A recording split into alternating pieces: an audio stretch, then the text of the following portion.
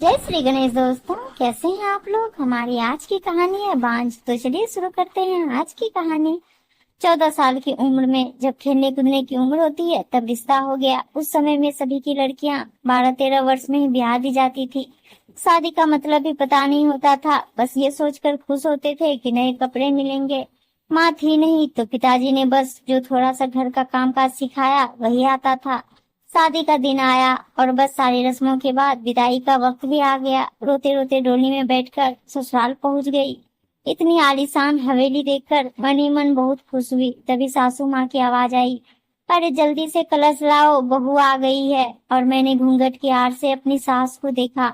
आंखों से एकदम सख्त मिजाज की लग रही थी मुझे। सच मानो थोड़ा डर गई थी उन्हें देखकर।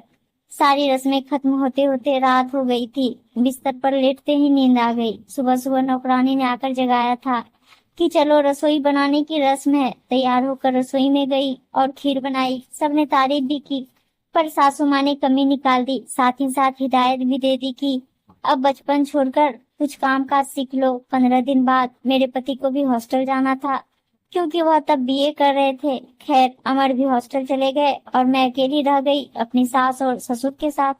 बीच बीच में अमर चिट्ठी लिखते थे, पर पहले सासू माँ पढ़ती थी, बाद में मेरे पास आती थी। उम्र कम होने की वजह से इतना फर्क नहीं पड़ता था। मेरे अकेलेपन का साथी था आम का पेड़। हाँ, वही आम का पेड़ जो हवेली के पीछे के आंगन में लगा था। उस आम के पेड़ के नीचे एक कच्ची मिट्टी का कमरा भी बना हुआ था, पर वो पेड़ फल नहीं देता था, इसलिए सारे हवेली वाले उस पेड़ को बांझ कहते थे। पर मुझे न जाने क्यों उस पेड़ से बहुत प्यार था। जब काम से निवृत्त होकर कुछ फुर्सत के पल मिलते थे तो एक वही पेड़ मेरा साथी होता था। उसको देखते हुए मैं अपनी सारी थकान भूल जाती थी। 2 साल बीत गए और मैं 16 की हो गई। अमर की भी स्नातक की पढ़ाई पूरी हो गई थी। आज अमर वापस आ रहे थे। सासू माँ सुबह से ही तैयारी में लगी हुई थी। खुद ही रसोई में जा जाकर सारा जायजा ले रही थी। मैं भी बहुत खुश थी कि अब मुझे अकेले नहीं रहना पड़ेगा। 16 श्रृंगार के साथ मैं पूर्ण स्त्री की तरह महसूस कर रही थी। आज मांग का सिंदूर कुछ अलग ही लालिमा लिए हुए था। शायद वह लालिमा मेरे चेहरे पर भी दिख रही थी। तभी तो मेरी सास ने मुझसे कहा कि जा अपनी नजर उतरवा ले, अमर आ गए हैं। हवेली की हलचल से पता चल गया था मुझे। खाने पीने से निवृत्त होकर सब आराम करने चले गए। अमर भी कमरे में आ गए थे और मैं बस शर्म से लाल हुई जा रही थी। तभी अमर ने मुझे तोहफा दिया, एक सुंदर लाल साड़ी।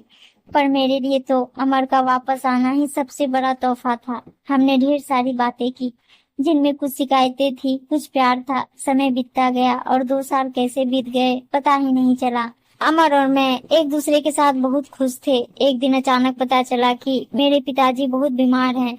अमर मुझे लेकर तुरंत रवाना हो गए। पिताजी मुझे देखकर बहुत खुश हुए, जैसे मेरे लिए ही अपनी सांसों को रोका हुआ था। और फिर मुझे अमर के हवाले करके वो इस दुनिया से चले गए।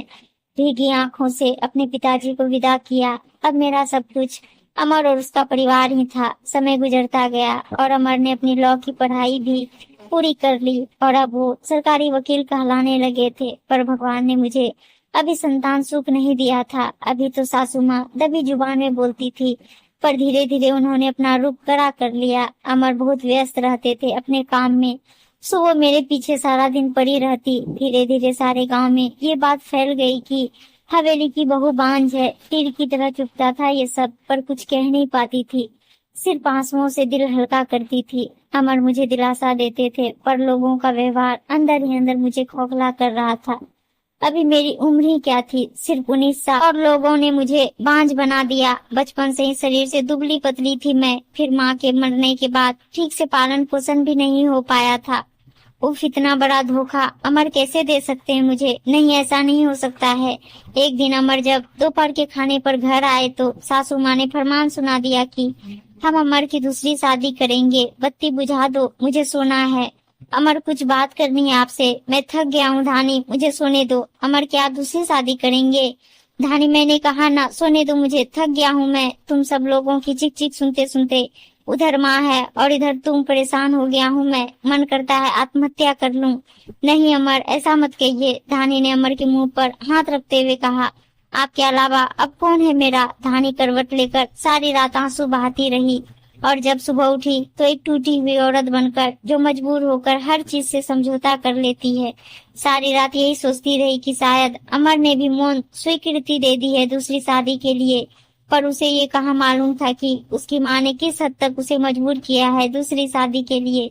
1 महीने के अंदर ही अमर की दूसरी शादी गेंदा से हो गई। गेंदा अमर की माँ की दूर के रिश्तेदार की बेटी है। धानी अपना सामान उस पीछे वाले कमरे में रख ले, आज से गेंदा इस कमरे में रहेगी अमर के साथ। सासू माँ ने हाथ नचाते हुए कहा, कैसे छोड़ दूं ये कमरा, नहीं ये मेरा कमरा है, जिसे जहाँ जाना है जाए। पर फिर ख्याल आया कि जो ब्याह कर इस घर में लाया था, जब वही मेरा नहीं है तो ये कमरा कैसे मेरा हो सकता है। ऐसा सोचते हुए आंखों में आंसुओं का सैलाब उमड़ पड़ा। सिंदूर की डिब्बी और कुछ कपड़े लेकर उस कच्ची मिट्टी के कमरे की तरफ बढ़ गई। सामान एक कोने में रखकर खिड़की पर बैठ गई और उस आम के पेड़ को देखते हुए उसको निहारने लगी। इसे किस्मत कहूँ या कुछ और, कि आज मेरी हालत भी इस पेड़ की तरह हो गई है, अकेला बेसहारा।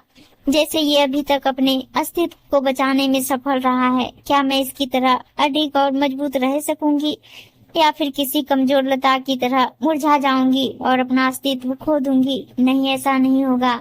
मैं मजबूत रहूंगी। जब ये बेजुबान पेड़ सबसे लड़ सकता है तो मैं क्यों नहीं। अपने विचार श्रृंखला से बाहर आते ही मैंने अपने आप को संभाला और हर स्थिति से लड़ने के लिए तैयार किया। दिन गुजरते गए और मैंने घर के कामों में अपने आप को व्यस्त कर लिया। अपनी कोठरी के आसपास खूब सारे पेड़ लगाए और बाकी बचे हुए समय में उन पेड़ों की देखभाल करने लगी। साथ ही उस आम के पेड़ की खास देखभाल करती थी। गेंदा एक सुलझी हुई लड़की है। वो जब भी मुझसे बात करने के लिए आती, मेरी सासू माँ उसे बहाने से बुला लेती। अमर पहले से भी ज्यादा व्यस्त रहने लगे थे। मुझसे बात तो करते थे, पर एक पछतावा हमेशा उनकी आंखों में दिखता था। शायद मेरी हालत देखकर बुरा लगता था उन्हें, पर माँ के खिलाफ जाने की हिम्मत नहीं जुटा पाते थे। गेंदा के दिन खुशी से गुजर रहे थे और मेरे दिन बस गुजर रहे थे, और देखते ही देखते वो दिन भी आ गया जब गेंदा ने खुशखबरी सुना दी कि वो माँ बनने वाली है। पूरी हवेली में त्योहार जैसा माहौल हो गया।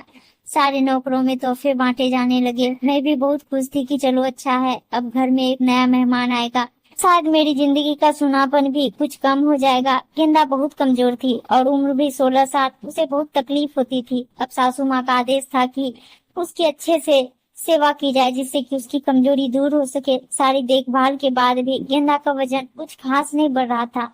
एक दिन चिंतित होते हुए मैंने अमर से कहा भी कि गेंदा को शहर में किसी अच्छे डॉक्टर को दिखा लाओ, पर सासू माँ ने ये कहकर मना कर दिया कि हमारे भी बच्चे घर पर हुए हैं और अमर की वही पुरानी आदत कि अपनी माँ के खिलाफ वो जा ही नहीं सकते थे। एक दिन गेंदा की तबीयत कुछ खराब होने लगी। उसकी सांस बहुत फूल रही थी। घबराकर मैंने गांव के वैद्य जी को बुलावा भेजा। वैद्य जी ने आकर कुछ दवाइयां दी और खून की कमी भी बताई। और जब मैंने अमर को ये सब बताया तो सासू माँ ने मुझे गेंदा से दूर रहने का आदेश दे दिया, ये कहकर कि एक बांझ की छाया भी नहीं पड़नी गेंदा पर। खैर, मुझे गेंदा से दूर कर दिया गया और मैं फिर से अपनी कोठरी में अकेली सारा दिन बंद रहने लगी। या ये कहूँ कि अंदर ही अंदर मैं खुद भी डर गई थी कि कहीं सचमुच मेरी वजह से गेंदा को कुछ ना हो जाए।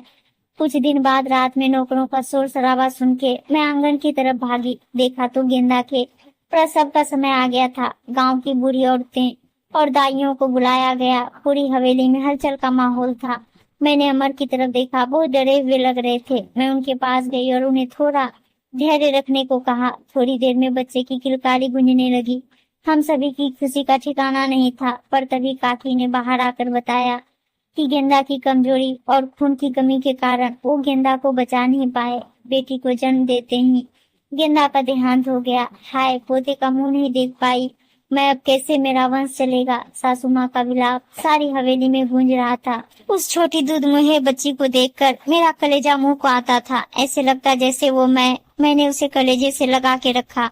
जिनकी माँ नहीं होती वो बच्चे कुछ ज्यादा ही समझदार होते हैं। शायद जरा भी परेशान नहीं करती थी वो मुझे, बस दूध पीते ही सो जाती थी।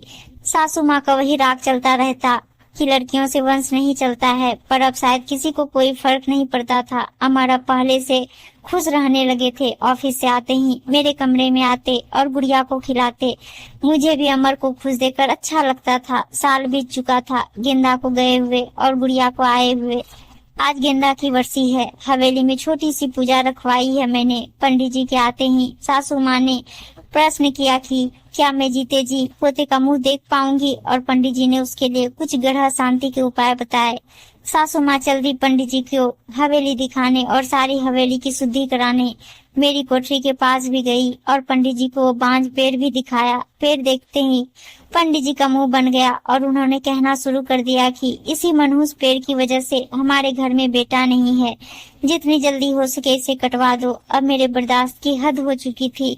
मैंने अमर की तरफ देखा पर मुझे नहीं लगा कि वो मना करेंगे, और सासू माँ ने तुरंत नौकरों को बुला लिया कि आज इस पेड़ को काट ही डालो। मुझे कुछ समझ नहीं आ रहा था कि क्या करूं, कैसे अपने सुख दुख के साथी को बचाऊं। जैसे ही वो कुल्हाड़ी लेकर पेड़ काटने आगे बढ़ने लगे, मैं फुर्ती से भागकर उस पेड़ से लिपट गई और विनती करने लगी कि पेड़ को छोड़ दो, पर वो लोग नहीं मान रहे थे। मैं रोती जा रही थी पर किसी को तरस नहीं आ रहा था। तभी किसी ने मुझे खींचकर धक्का दिया और मेरा सिर पत्थर से टकरा गया। सिर से खून की धार निकल रही थी। ये देखकर अमर से रहा नहीं गया और उन्होंने सबको वहां से हटा दिया और तुरंत मुझे अस्पताल ले गए। मलहम पट्टी के बाद मुझे कुछ होश आया। डॉक्टर साहिबा सामने खड़ी थी और अमर को कुछ समझा रही थी। सासू माँ भी वही थी और उनके चेहरे से पता चल रहा था कि उन्हें अपने किए पर अफसोस है। डॉक्टर, क्या अब हम इसे घर ले जा सकते हैं? अमर ने पूछा। हाँ, अब आप इन्हें ले जा सकते हैं, पर ख्याल रखिएगा कि अब ऐसा दोबारा ना हो, क्योंकि ऐसी हालत में ऐसे गिरना ठीक नहीं होता है। ऐसी हालत? डॉक्टर, क्या हुआ है इसे? अमर ने घबराते हुए डॉक्टर से पूछा। अरे, आप लोगों को नहीं पता, अब ये माँ बनने वाली है, तो इनका अच्छे से ख्याल रखिएगा। ये सुनकर किसी को भी यकीन नहीं हुआ। सब एक दूसरे को देखे जा रहे थे और मैं तो बिल्कुल यकीन नहीं कर पा रही थी। सासू माँ की आंखों में पछतावे के आंसू थे। मेरे सर पर हाथ रखकर बस इतना ही कह सकी कि मुझे माफ कर दो, और मैं मुस्कुराकर उनसे लिपट गई जैसे मैं अपनी माँ से लिपटी हूँ। पूरे 9 महीने मेरी सासू माँ ने मेरा बहुत ख्याल रखा और मैंने उस पेड़ का। आज मेरी डिलीवरी होनी थी। सासू माँ समय से मुझे अस्पताल ले गई ताकि जो गलती उन्होंने गेंदा के समय की थी वो अब ना हो। बधाई हो, आपको पोता हुआ है। नर्स ने सासू माँ को खबर सुनाई और सासू माँ ने हाथ से अंगूठी निकालकर नर्स को दी। वो खुश थी, पर इस वजह से नहीं कि पोता हुआ है, बल्कि इस बात पर कि मैं बिल्कुल ठीक हूँ। हवेली में धूमधाम थी। सब खुश थे कि हमारा परिवार पूर्ण हो गया था बेटी और बेटे के आने से। और एक खुशी कहीं और भी पनप रही थी। वो उस आम के पेड़ में फल आ रहे थे। शायद हम बहुत जल्दी चिंता करने लगते हैं फल मिलने की, पर हर चीज का एक समय होता है। कुपोषित शरीर हो या पेड़, दोनों ही फल नहीं देते। उम्मीद है दोस्तों कहानी अच्छी लगी होगी, और अच्छी अच्छी कहानियां सुनने के लिए चैनल को सब्सक्राइब, वीडियो को लाइक शेयर जरूर कर दीजिएगा। धन्यवाद दोस्तों।